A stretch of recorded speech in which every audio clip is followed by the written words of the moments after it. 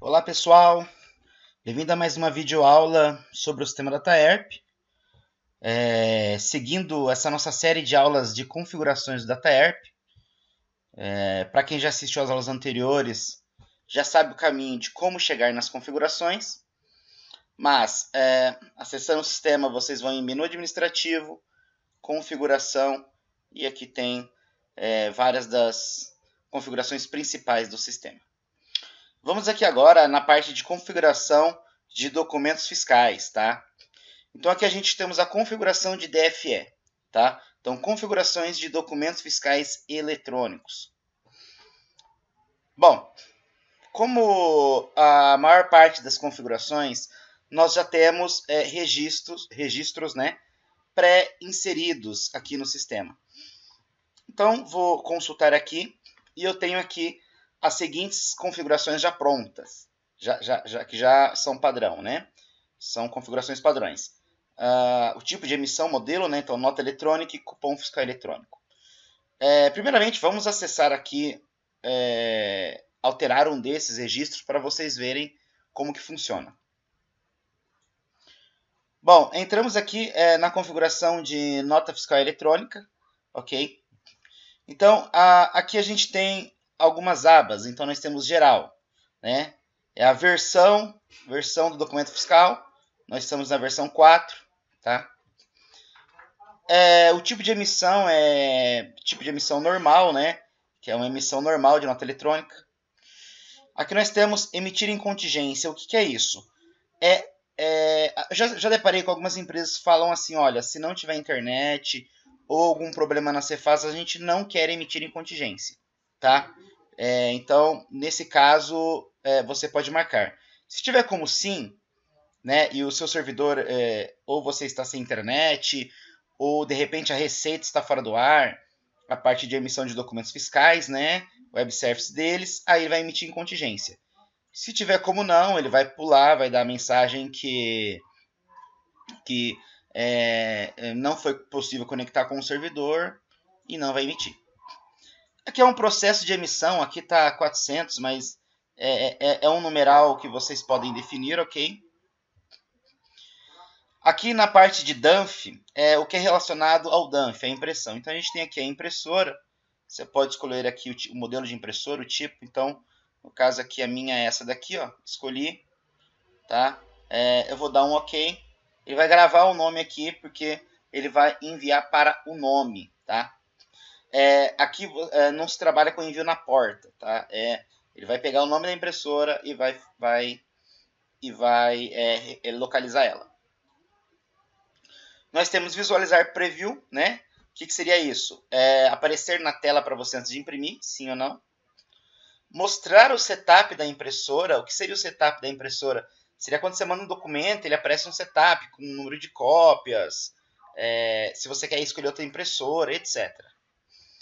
Aqui nós temos o número de cópias que vai imprimir, então pode ser duas, vai imprimir 2 vias, 3 vias, ok?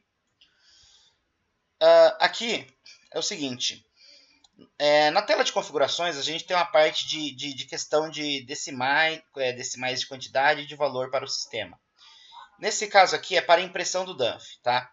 Então quantas decimais na quantidade, quantas decimais no valor vai sair no DANF, tá? Então, isso daqui é só nos itens, tá, pessoal? Porque os totais, eles por padrão, são 2 unidades, 2 casas decimais no final. Aqui a gente tem uma parte super importante, é uma parte que é ideal seguir desse padrão, tá? Por questões de mudanças nos servidores da Receita, por exemplo, não aceita-se mais TLS, entendeu? Agora somente SSL, aliás, não aceita-se mais SSL, né? Ou seja, agora somente TLS, então é interessante seguir essa configuração. Onde nós temos a SSLib, né? A lib custom, no meu cryptlib, né? Seria o encrypt, ok? Na httplib seria do componente ind, tá? Antigamente utilizava o OpenSSL, agora não é mais aceito, então ind. E aqui a biblioteca de assinatura do XML, tá? A libxml2. Aqui no SSL Type, tá?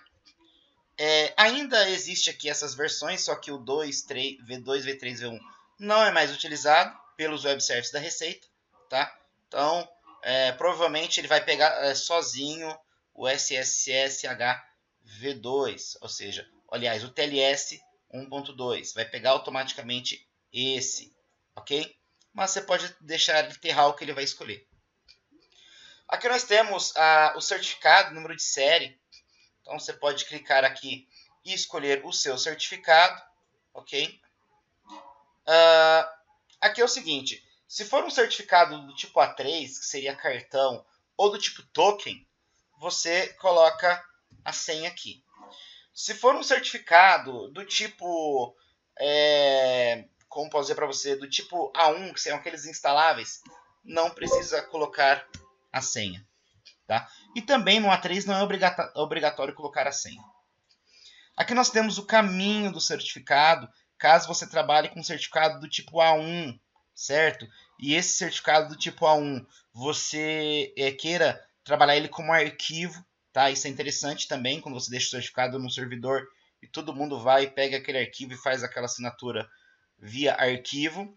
E aí, neste caso, mesmo sendo A1, precisa-se do arquivo e da senha, tá? Nós temos aqui a operação fiscal. Essa operação fiscal, na realidade, ela é utilizada somente quando a gente está no módulo aqui, ó, 65, cupom fiscal eletrônico, ok? Se a gente tiver aqui nota eletrônica, na realidade não vai ser utilizado. Depois nós temos a parte de web service. Também é interessante que seja padrão, que não seja mexido nessa parte, a não ser aqui, a UF, tá? Do web service, ou no caso o WS do ambiente, ok? Esse visualizar WS normalmente eu deixo desabilitado como não, tá? Nessa base está como sim. E depois, quando eu chegar na parte de nossa eletrônica, a gente vai dar uma olhada aqui, mudar algumas configurações para vocês verem como que funciona. O restante pode deixar como padrão, host, porta, usuário e senha, caso você utilize um proxy, tá? De repente, dentro da sua empresa, tem que ter um proxy para comunicação com a internet, tá? Se ele aguarda a consulta sim ou não, tá? Eu particularmente deixo não. Aí teria o tempo de aguarde, as tentativas, o intervalo entre tentativas, tudo referente ao aguarde. Se ele exibe o erro esquema sim ou não, eu deixo sim. Tá? Se for um erro de esquema, ele vai aparecer para você na tela. Esse é muito importante. Remover a acentuação. Sempre vai ter que ser sim. Mas por que está sim ou não? Porque a gente aqui tem todas as configurações possíveis que possa ser utilizado. Se futuramente, tá, essa acentuação for aceita pela Receita, pode deixar como não. E aí ele vai enviar os itens com acento. Mas até então é como sim. É um padrão UTF-8, tá? Recebimento dos dados pela Receita. Formato de alerta, já existe um padrão também embutido no sistema. E aqui a gente tem a pasta de localização de arquivos, tá?